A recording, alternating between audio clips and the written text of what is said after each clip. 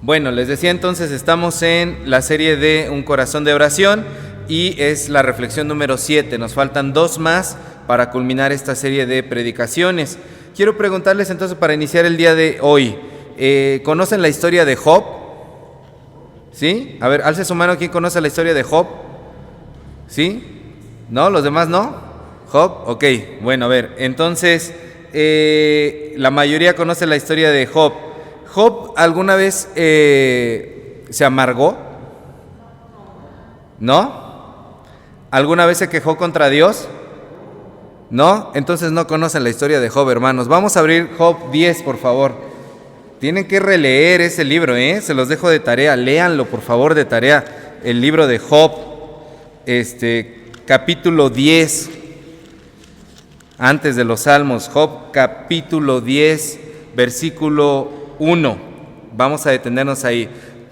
Job 10, versículo 1. Lean junto conmigo, por favor. Dice: está mi alma hastiada de mi vida, daré libre curso a mi queja, hablaré con amargura de mi alma. ¿Qué óvole?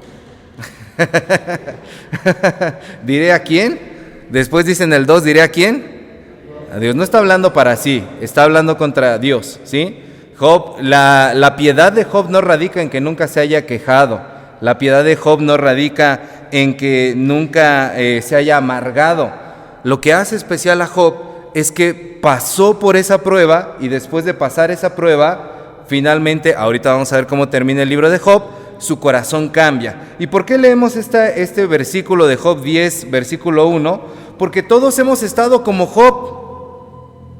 En algún momento de nuestra vida algo ha sucedido dentro de nuestras vidas, hemos tenido algún problema, alguna tragedia, alguna pérdida, alguna situación de dolor, de amargura, que nos ha tenido en ese mismo lugar que Job, decepcionados, sintiendo que lo hemos perdido todo, que no sabemos hacia dónde nos dirigimos, que nos hemos quedado sin recursos, que la gente no nos apoya, que nuestra misma familia nos da la espalda, que hemos perdido a alguien muy importante o a muchas personas muy importantes. Hemos tenido nuestras emociones confundidas, hemos tenido nuestras emociones una encima de la otra y no sabemos ni qué hacer cuando vemos que todo lo que nosotros conocíamos de alguna forma se está derrumbando. Los modelos de vida que nos hicimos de una manera se están acabando, y eso fue lo que le pasó a Job.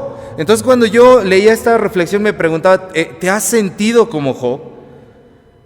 Y después yo pensaba, ¿quién no se ha sentido como Job? ¿Quién no se ha llegado a sentir como Job, el de la historia? Y cuando sentimos esa situación que estamos atravesando, piense en el problema que usted haya atravesado.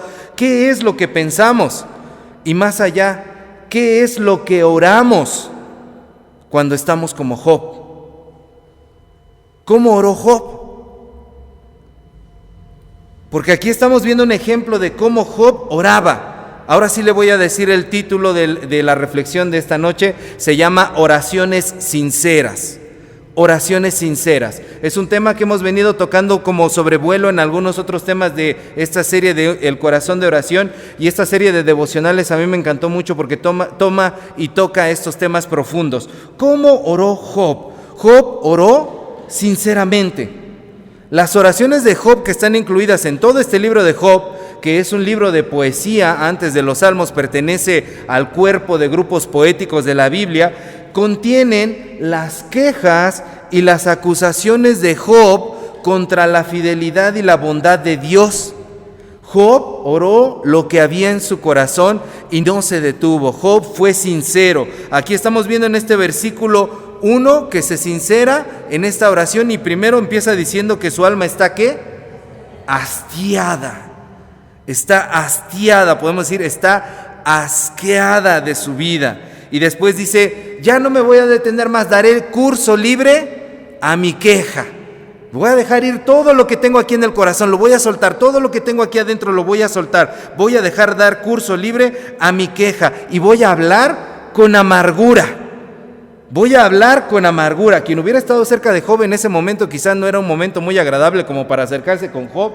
Buenas tardes, otro día te vengo a ver, porque Job en ese momento soltó toda la amargura, toda la bilis que había dentro de su corazón, y así oró. Job no se preocupó de hablarle bonito a Dios. Job no se preocupó de que Dios viera una fe inquebrantable en él. Job no se preocupó por darle una apariencia a Dios y decirle, mira qué bueno soy, qué piadoso soy, nunca me quejo. Me puedes hacer lo que sea, yo sigo aquí. A ver, Señor, quebrántame, no pasa nada, yo estoy aquí firme, soy el gran guerrero de la fe. Job, voy a ser recordado por mi gran temple, por mi tesón, que no me rompo ante nada. No. Job oró sinceramente lo que había en su corazón, y lo que había en su corazón no era bonito. Después de perder, de que todos sus familiares murieran, después de que perdió todas sus posesiones materiales y después de que perdió su propia salud, ¿cómo creen que estaba Job? ¿Cómo creen que estaba Job? Job estaba destruido, Job estaba devastado, porque podría decir, bueno, perdí mis bienes materiales, pero está mi familia. Bueno, perdí mis bienes materiales y mi familia, pero tengo salud. No, para donde se moviera Job no tenía nada. Job había quedado en la total ruina. Y Job ora con estas palabras tan fuertes delante de Dios, y es una invitación a que nosotros podamos aprender a orar sinceramente. Sinceramente, y podremos decir, bueno, pastor, pero es Job, nada más Job, pero no fue el único. A ver, por favor, acompáñenme ahora a Habacuc 1. Esos libros que se esconden, por eso les dije que si estaban dispuestos a jugar esgrima. Habacuc 1. Vamos a leer los versículos 2 al 4. Habacuc 1, de los versículos 2 al 4. ¿Ya lo encontraron? Amén. Vamos a leer juntos qué dice. Dice, ¿hasta cuándo, oh Jehová, clamaré y no oirás? Y daré voces a ti a causa de la violencia y no salvarás. ¿Por qué me haces ver iniquidad y haces que vea molestia? Destrucción y violencia están delante de mí, y pleito y contienda se levantan, por lo cual la ley es debilitada y el juicio no sale según la verdad. Por cuanto el impío asedia al justo, por eso sale torcida la justicia. Otro hombre que está orando sinceramente, está cuestionando directamente a Dios y la naturaleza justa de Dios. Sabemos que dentro de los atributos de Dios decimos Dios es amor, Dios es justicia, Dios es misericordia, Dios es paz, pero aquí el profeta Habacuc comienza su profecía cuestionando a Dios y le va a decir, ¿cuánto más voy a estar orando sin que tú escuches? Habacuc no dice, parece que no me estás escuchando. Habacuc dice, y no oirás. No estás escuchándome, no estás oyendo. ¿Cuántas veces más voy a clamar a ti por causa de la violencia? ¿Y qué cosa? ¿Cómo termina el 2? ¿Y no qué? Y no salvarás. Dios es salvador, pero Habacuc le está diciendo, ¿cuánto más voy a clamar y no vas a salvar? Habacuc está hablando fuerte contra Dios, le está expresando todas sus dudas, le está expresando todos sus cuestionamientos, todas sus quejas. Y no solamente Habacuc fue el que se detuvo ahí por causa de la violencia que había en su nación en la época que a él le tocó ser profeta. Y dice, nada más veo cómo la gente está metida en la violencia, en la injusticia, y a ti no te veo por ninguna parte, Dios. ¿Dónde estás? ¿Dónde estás? No, Habacuc no oró, Dios te ruego, mira, hay mucha violencia, yo sé que tú quieres hacer algo en esta tierra de Israel. No, la oración de Habacuc no es así.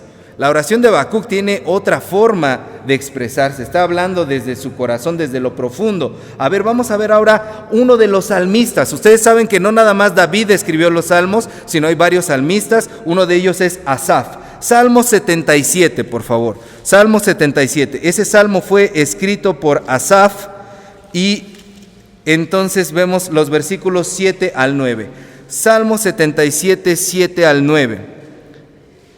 ¿Ok? Leen junto conmigo, dice Salmo 77, 7 al 9. ¿Desechará el Señor para siempre y no volverá más a hacernos propicio? ¿Ha cesado para siempre su misericordia? ¿Se ha acabado perpetuamente su promesa? ¿Ha olvidado Dios el tener misericordia? ¿Ha encerrado con ira sus piedades? Y después de ahí viene una palabrita que tiene también su Biblia en cursivas que dice que Shelah, Shelah. Porque uno podría decir, bueno, aquí a lo mejor Asaf está haciendo preguntas retóricas porque la respuesta a esto es no, Dios no ha acabado su misericordia. Entonces podemos quizá pensar que Asaf está haciendo preguntas retóricas, pero la palabra Shelah, que aparece ahí y en otros salmos, apréndase esto, Shelah significa una pausa. Los salmos, además de oraciones, son canciones. Se entonaban, se cantaban y algunos salmos tienen instrucciones de cómo se deben entonar y con qué instrumento se debe de entonar. Entonces cada vez que aparece la palabra Shelah significaba una pausa para que todos los que estaban tocando instrumentos se callaran. ¿Por qué se calla en ese momento Asaf? ¿Por qué Asaf manda en ese momento que se haga una pausa cuando está haciendo estas preguntas de que si Dios se ha olvidado de Israel? Porque es necesario el silencio cuando estamos atravesando estas cosas. Porque es necesaria la confusión para que puedan venir las respuestas.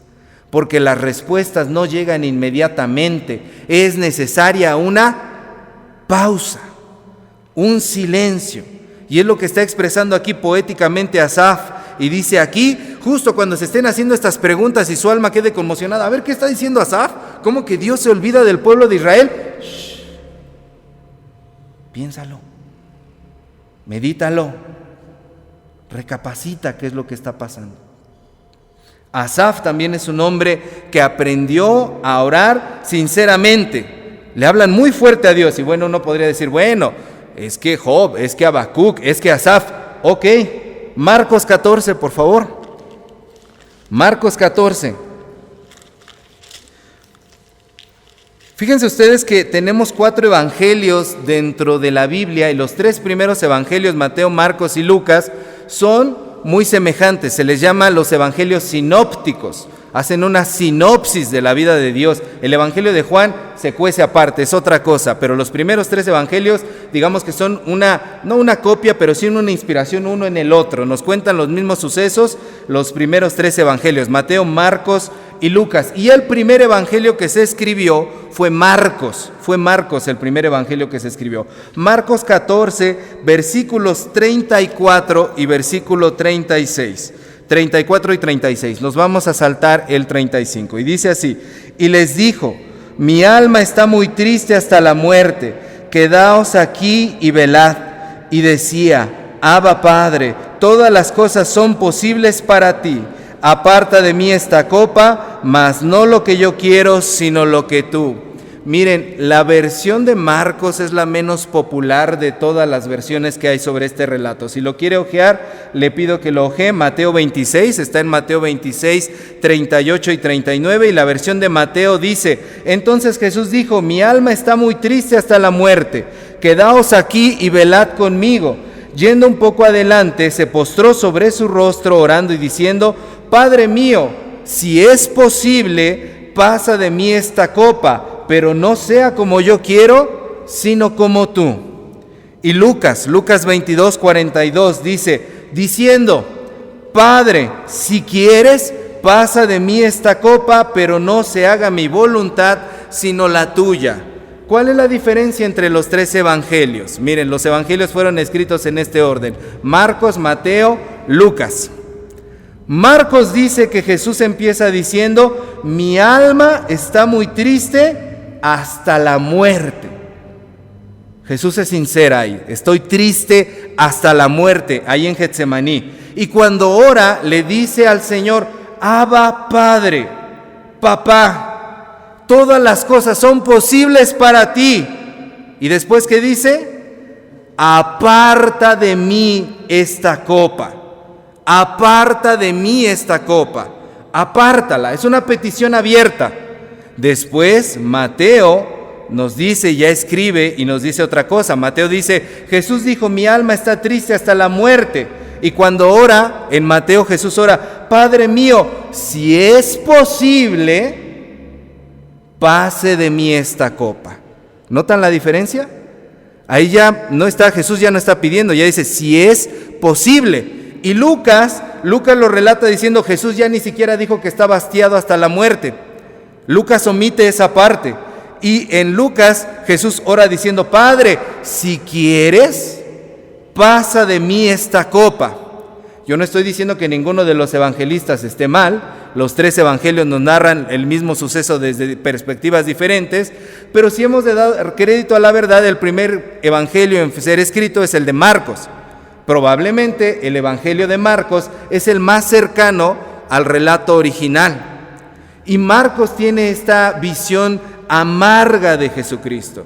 En ella Jesús no está diciéndole si quieres, si es posible, le está diciendo al Padre: aparta de mí esta copa, lo cual es más congruente con lo que está diciendo que su alma estaba triste hasta la muerte. Y de hecho el evangelio de Marcos tiene una particularidad. Si ustedes ven, abran por favor ahí en Marcos 16, Marcos capítulo 16. Dicen los expertos, ¿acaba en qué versículo? Versículo 20, y el versículo 20 dice: y ellos salieron y predicaron en todas partes, ayudándoles el Señor y confirmando la palabra con las señales que lo seguían. Amén. Es un final muy bonito. Pero dicen los expertos, originalmente Marcos acababa en el versículo 8 y después los demás evangelistas le completaron a Marcos del versículo 9 al 20. ¿Y cómo acaba el versículo 8? El versículo 8 dice: y ellos se fueron huyendo del sepulcro porque les había tomado temblor y espanto, ni decían nada a nadie porque tenían miedo. ¿Se fijan la diferencia de finales? En uno terminaba así como de confusión, miedo, lo cual quiere decir que Marcos tiene esta visión más humana de Jesús. En Marcos encontramos a un Jesús mucho más humano que en los otros evangelios. Léanse el evangelio de Marcos, por eso es el más chiquito, porque fue el primero en escribirse y refleja la parte más humana de Jesús. Entonces, volviendo a nuestro tema, este fue un breviario cultural. Volviendo a nuestro tema, vemos en la oración de Jesús también una oración sincera y que le está diciendo al Señor: no, si es posible, quita esta copa. Si quieres, quita esta copa. Lo que le está diciendo es: quita esta copa. Quita esta copa de mí, para ti todo es posible. Quítala. ¿Han orado alguna vez así? ¿Le han dicho al Señor alguna vez así: quítame esto, hazme pasar este problema, que ya se acabe? No solamente si es posible, si quieres, sino como Jesús. Y ahí sí ya no es Habacuc, Asaf, ni Job, ahí es Jesús. Está orando y diciendo: quítame esto. Entonces, cuando vemos estos ejemplos de hombres, cómo oraban, cómo se dirigen las personas de la Biblia, los personajes de la Biblia a Dios, entendemos que sus oraciones eran sinceras. Y si a lo mejor estamos leyéndolas y a lo mejor son como yo en algunos aspectos de entender la fe, cuando leemos este tipo de oraciones nos pueden parecer oraciones ofensivas, oraciones atrevidas, oraciones faltas de respeto a Dios. ¿Cómo es que le están hablando así a Dios? ¿Cómo es que se quejan de Él? ¿Cómo es que lo acusan de ser no justo? ¿Cómo es que le dicen: quítame esto? ¿Cómo es que le dicen esto y aquello? ¿Cómo le hablan con tanta severidad a Dios? ¿Qué es lo que hace Dios cuando escucha a estas personas orar? ¿Los reprende? ¿Los aniquila? ¿Los acaba? ¿Les dice: ¿cómo te atreves a hablarme a mí así? Yo soy el Señor Todopoderoso de la creación. Ni se te ocurra volver a hablar así. ¿Qué es lo que hace Dios cuando escucha esas oraciones? Las responde y habla con quien se está expresando sinceramente delante de Él. Porque no por ocultar nuestras emociones y reprimirlas, se las podemos ocultar a Dios. Mira, hermana, hermano, tú puedes engañar a tu pareja, puedes engañar a tu familia, puedes engañar a tus vecinos, a tus amigos, te puedes engañar a ti mismo y decir: estoy bien, no pasa nada, estoy bien, siempre positivo, sonríe y la fuerza estará contigo, hoy es un gran día. Pero no puedes engañar a Dios de que lo que estás atravesando es lo que estás atravesando. A Él no le puedes mentir, el único que se está engañando eres tú mismo. ¿Y saben por qué a veces le mentimos a Dios? Porque tenemos miedo de ser quebrantados, de ser rotos, de que el Señor nos rompa con la verdad. Tenemos miedo de entrar a un diálogo real y verdadero con Dios. porque eso implica compromiso. Pero recuerden el ejemplo tan sencillo que se da en las Escrituras de el alfarero. Para poder ser un vaso nuevo, tenemos que ser rotos. Tenemos que ser quebrantados. El Señor nos tiene que quebrar para poder hacer algo nuevo y diferente con nosotros. Para poder entrar en verdadera comunicación con Dios, tenemos que ser sinceros con Dios. Tú podrás decir que eres fuerte, pero Dios sabe lo que hay dentro de ti. ¿Te da miedo ser perforado por la verdad? A todos nos da miedo la verdad, porque cuando la verdad sale a flote, ocasiona situaciones que a lo mejor no teníamos presupuestadas, sea una verdad buena o sea una verdad mala. Siempre que la verdad sale, ocasiona retos para nuestra vida. Y muchas veces no queremos la verdad, pero en ese momento es cuando tenemos que recordar las palabras de nuestro Señor Jesucristo, quien dijo: y conocerán la verdad, y la verdad los hará libres. Entonces el único que se está encadenando a sus emociones reprimidas, a esos sentimientos reprimidos, y el único que se está autoengañando eres tú. Dios te quiere liberar, y para poder ser libre necesitas hablar con la verdad, y para poder ser libre necesitas estar dispuesto a poder recibir y hablar la verdad, orar sinceramente como estos hombres están orando, teniendo un diálogo correcto con Dios del corazón. No hay fórmulas para hablar con Dios. Tener un corazón de oración, como se llama esta serie, significa orar sinceramente. Ya hemos visto otras cosas, ¿verdad? La semana pasada decíamos, hay que orar en equipo, hay oraciones públicas, oraciones privadas. Hoy aprendemos, hay que orar sinceramente. Hay que orar sinceramente. Regresemos a Job, por favor. Vamos a regresar a Job. Ahora vamos hacia el capítulo 42 de Job. En los versículos del 1 hasta el 6. Lean junto conmigo Job 42 del 1 al 6. Dice: respondió Job a Jehová y dijo: yo conozco que todo lo puedes y que no hay pensamiento que se esconda de ti. ¿Quién es el que oscurece el consejo sin entendimiento? Por tanto, yo hablaba lo que no entendía, cosas demasiado maravillosas para mí que yo no comprendía. Oye, te ruego y hablaré, te preguntaré y tú me enseñarás. De oídas te había oído, mas ahora mis ojos te ven. Por tanto me aborrezco y me arrepiento en polvo y ceniza. Han pasado 32 capítulos del diálogo de Job con Dios.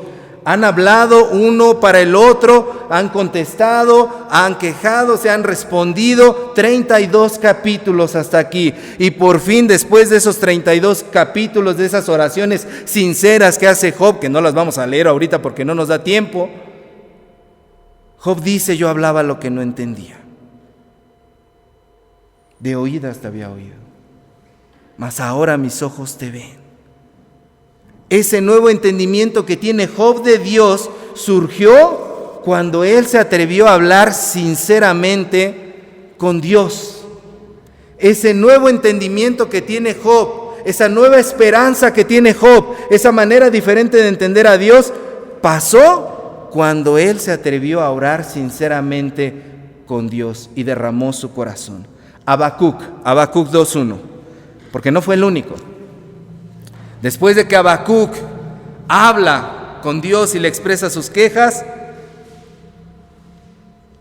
Habacuc en el capítulo 2, versículo 1, dice de la siguiente manera, leemos y ya está ahí: sobre mi guarda estaré y sobre la fortaleza firmaré el pie, y velaré para ver lo que se me dirá y qué he de responder tocante a mi queja. Habacuc el peleonero. Ahora Habacuc, el que creía tener razón y que no veía a Dios por ningún lado, cambió su corazón y dice: ahora voy a poner atención a lo que me quieres decir sobre mi queja. Es un cambio de actitud el que tiene ahí Habacuc. Ahora está dispuesto a escuchar a Dios. Sus oídos ya se limpiaron porque él vació su corazón y entonces dice, ya puedo escucharte. Hermanos, cuando no le confesamos a Dios lo que tenemos, cuando no somos sinceros con Dios en nuestras oraciones, hagan de cuenta que eso es un tapón en los oídos. Nos impide escuchar la voz de Dios, porque estamos nada más nosotros tratando de convencernos de que estoy bien. Pero cuando le confieso a Dios lo que tengo, entonces escucho lo que Dios me quiere decir. Es lo que está pasándole al profeta Habacuc. Y le pasó lo mismo a Asaf. Salmo 77. Salmo 77. Vamos a regresar allá al Salmo 77 para que podamos leer. Salmo 77. Ahora vamos a leer los versículos 14 y 15 hacia el final de ese Salmo. Salmo 77, 14 y 15. Lean junto conmigo, dice Asaf: tú eres el Dios que hace maravillas, hiciste notorio en los pueblos tu poder, con tu brazo redimiste a tu pueblo, a los hijos de Jacob y de José. ¿Qué pasó, mi Asaf? ¿No que Dios no estaba? ¿No que Dios nos salvaba? Claro que sí, pero le hacía falta sacar lo que tenía de su ronco pecho para poder ver la obra de Dios. Y aún nuestro mismo Señor Jesucristo, ya lo leímos, Marcos 14:36, después de decir, quita de mí esto, termina diciendo, Padre, pero no lo que yo quiero, sino lo que tú quieres. Hermanos, a veces no salimos de donde estamos por una sencilla razón, porque nos estamos saltando un paso. Queremos que cuando llegan los problemas, inmediatamente estar bien. Yo soy cristiano, tengo fe, debo de vivir bien, tengo una esperanza en Dios. Muy bien, soy optimista, estoy bien. No, espérate. La oración es otra cosa. La oración es sincerarte con Dios. No te saltes ese paso. Asegúrate de no saltarte ese paso. Y como seres humanos nos duele mucho, evitamos mucho el conflicto, evitamos mucho el dolor. No quisiéramos pasar por esos diálogos incómodos, dolorosos. Tenemos que sentarnos a hablar de esto y resolverlo, porque si no lo hablamos ahorita, no se va a resolver. Tenemos que hacer esto porque si no lo hacemos, no hay otra forma, no hay atajos, no hay una forma fácil. Tenemos que pasar por estas situaciones porque si no, no avanzamos, no crecemos, no reparamos, no reconstruimos, no sanamos. Te tienes que aventar el diálogo difícil con Dios y con los que tienes el problema. Sea familia, sea pareja, sea amigos, sea en el trabajo, no hay atajos. Sea contigo mismo al respecto de lo que te está pasando, sea una cuestión emocional o de salud. No detengas tu crecimiento, no te saltes ese paso, sé sincero. Habla con la verdad. Porque aunque sea difícil, la verdad te hará libre. Pero si lo hacemos, es como dice el Salmo 62:8, derramamos nuestro corazón porque aumentamos nuestra confianza en Él y recibiremos consuelo y nos aferraremos a su verdad. Entonces, hermanos, el día de hoy hemos visto a través de 4 ejemplos bíblicos la importancia de la oración sincera. No sé qué haya en tu corazón el día de hoy, hermano. Quizá puede haber duda, quizá puede haber queja, quizá puede haber un pleito contra Dios. Porque a veces le he preguntado a algunas personas que vienen a consejería, ¿estás enojado con Dios? No. ¿Cómo cree? No tienes que quedar bien conmigo. No tienes que quedar bien con nadie. Yo no creo que seas el supercristiano. Yo no creo que seas la supercristiana. Porque yo no soy el supercristiano ni la supercristiana. Yo no soy eso. Soy un ser humano. Y como tú, tengo esas mismas situaciones. Y Dios nos llama el día de hoy a que nos sinceremos. Y eso es lo que significa cuando el profeta dice, venid luego y estemos a cuentas. Y si sus pecados fueren rojos como la grana, vendrán a ser como blanca nieve. Vengan, platiquemos. Clama a mí y yo te responderé y te enseñaré cosas grandes y ocultas que tú no conoces. Y clamar significa gritar desde encima de una azotea lo que te está pasando. El día de hoy, cuando llegues a tu hogar, te invito a que antes de que se termine el día le clames a Dios y le digas: estoy harto, estoy cansado, ya no puedo con esto me tiene muy mal, Señor. Y sabes que no te puedo ocultar que me he enojado contigo, me he enojado con fulano, me he enojado con sutana, me he enojado con todo mundo. Estoy muy insatisfecho al respecto de esta cosa. Tengo mucho miedo sobre esta situación. Señor, aquí estoy, te vengo a decir mis quejas. Dios no te va a desechar. Dios no te va a tirar por la borda, Dios no te va a regañar, Dios no te va a reprender. Dios va a tomar ese corazón roto y lo va a reconstruir. Nuestro Señor es el que creó todo de la nada. Y la tierra estaba desordenada y vacía. ¿Y qué cosa? Y el Espíritu de Dios se movía sobre la faz de las aguas. ¿Quieres que el Espíritu de Dios se mueva sobre tu desorden? Ora sinceramente este día. No lo dejes pasar un día más. Clámale al Señor. Amén. Vamos a ponernos de pie. Amado Padre, tus discípulos lo dijeron y lo decimos una vez más. Enséñanos a orar. Enséñanos a orar, Señor. Enséñanos a ser sinceros contigo, Señor. Enséñanos a derramar nuestro corazón delante de ti, porque tú eres el único que no nos va a rechazar. Quizá con nuestra familia, Señor, no podemos hablar del todo lo que tenemos, Señor. Aún, Señor, con la persona más cercana a nosotros, quizá haya cosas que le escandalicen de lo que estamos pensando y sintiendo, de lo que ha atravesado nuestro corazón, Señor. Pero contigo, Señor, es con el único que nos podemos refugiar. Tú eres nuestro castillo y nuestra roca, la roca de nuestra salvación. Señor, ¿a quién iremos? Solo tú tienes palabras de vida eterna. Eres nuestro escondedero fiel, el lugar de nuestra seguridad y nuestra roca firme en el día de la angustia. Solo tú, Señor. Abre nuestros labios para hablar lo que nos hemos estado callando mucho tiempo y lo que nos hemos mentido a nosotros mismos y no lo hemos querido hablar contigo, Señor, ni con nadie. Hoy, Señor, enséñanos a orar con un corazón sincero. Te lo ruego en el nombre de Jesús. Amén.